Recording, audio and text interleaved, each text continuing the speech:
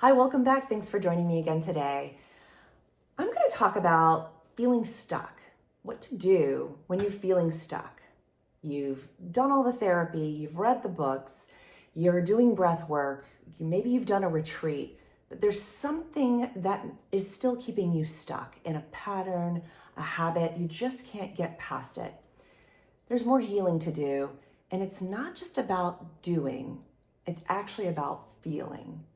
So today, I'm going to touch on 3 patterns that you may be doing and you're not aware of that are keeping you disconnected from yourself and stuck. So thanks for hopping on today. Let's dive in. The first thing I'm going to talk about is one of the patterns of overdoing, being overproductive.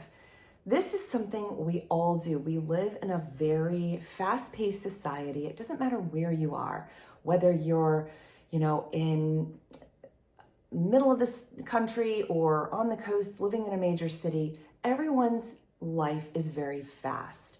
So it's a habit to just be in the doing of things. If you've got kids and you're working full time, you're doing all the things that really taking care of your family or your kids or even just yourself, being overproductive can sometimes actually be bypassing your emotions.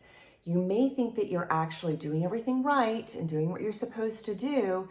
And on the flip side, you are starting to not feel fulfilled and you're not really able to move past some of the deeper rooted feelings that you're having.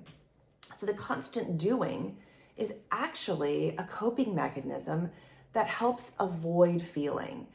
I don't know if you've been in this pattern or have experienced this before where you feel super accomplished, you've got a lot of things that you could accomplish that day or that week, but specifically on a daily basis. And, after dinner time rolls around and your time to relax and kind of wind down for bed, then all the thoughts start coming.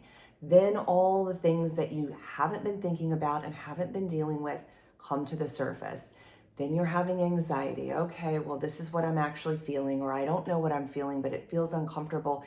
And you're trying to escape that. You're trying to get to bed very quickly, or maybe you're, doing other things just to help you sleep better, but you're actually avoiding those emotions. And so if you find yourself in this pattern of full days, busy days, end of the day, anxiety around, feelings, then that's a sign that you're in a pattern of avoiding your emotional life and you're avoiding what a feeling is, like feeling things instead of doing.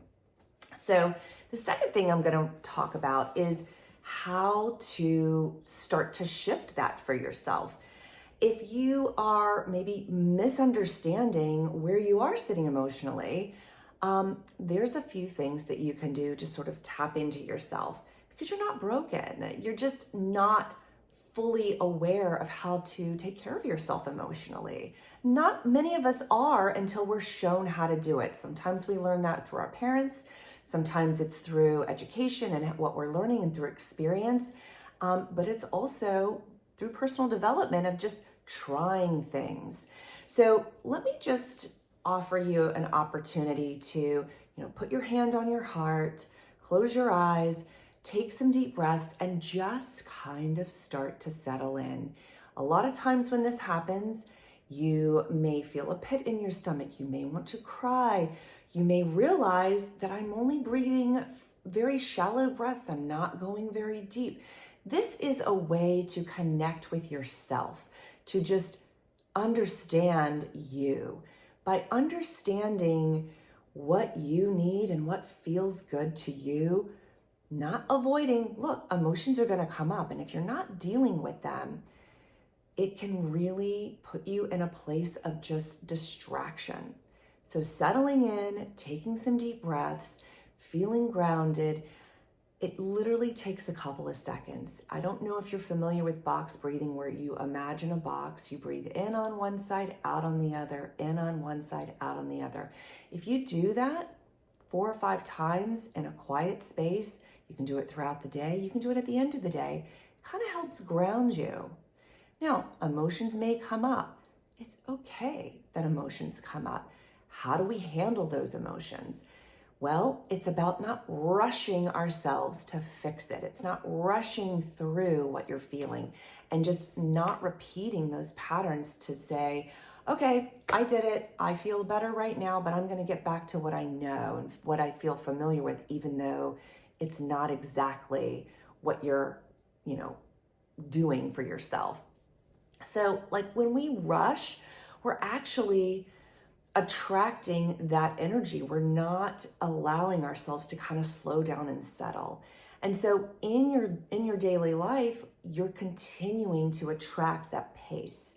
You're continuing to attract that distraction and, pull away from yourself. So again, if you can, just start to say to yourself, healing and understanding myself emotionally is about slowing down, being patient, and it's not pressure. It's taking the time, creating the time within your day, within your week, to actually just be with yourself. Maybe it's a walk. Maybe it's a breath work. Maybe it's a hot bath. Something that you're giving to yourself to decompress, to settle your nervous system, there's a ton of somatic exercises that you can look up that are really helpful in sort of regulating your nervous system. Because when your nervous system is really on high alert because you're not dealing with it, you're not aware of it, and you get a trigger, it throws you into another state of actually an impulsive reaction, as opposed to understanding that it's just a situation, it's just a feeling, and then I'll be able to deal with it.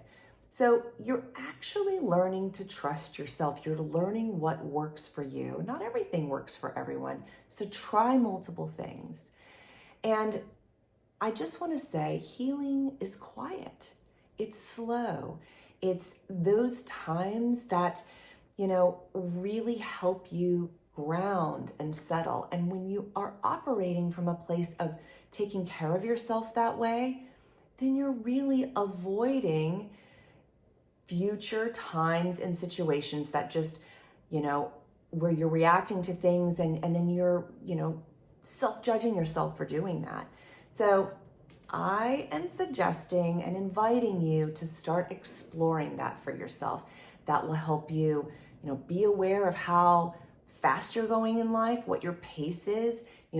Overdoing is also, not dealing with yourself emotionally. So hopefully these tips will help you manage that for yourself a little bit better so that you can understand and have clarity and confidence in your decision making throughout your day. Please like, subscribe, leave a comment below. Maybe slow is safe is a great comment. And if you leave that comment, let's keep it going. I'd love to chat with you. Follow me on social media, on my Instagram page. Also, tap into my website and download some of my freebies. Maybe you want to schedule a call, but I'd love to hear from you. Take care.